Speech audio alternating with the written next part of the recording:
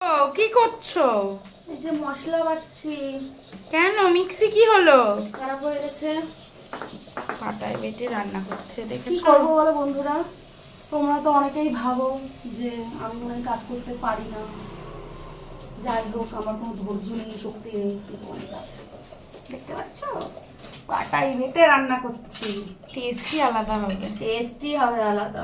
ঠিক, মা থাকলে হয়তো বাটতে হতো না, মা বাড়ি নেই, বৃন্দাবন গেছে, শরীরটা একটু খারাপ, তো আমি রান্নাটা করছি রাতের, তার জন্য বাড়ছি। তা তোমরা একটু দেখে নাও যে আমার কিন্তু অনেক ধৈর্য।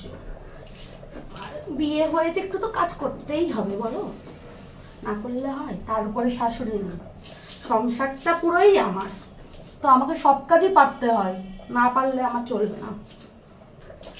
তারপরে আমার পুচকিটা আছে, তারপরেও যদি তোমরা এরকম খারাপ খারাপ কথা বলো, ভালো লাগে বলো? একটু ভালো লাগে না? প্লিজ একটু ভালো ভালো কথা বলো। তো টাটা।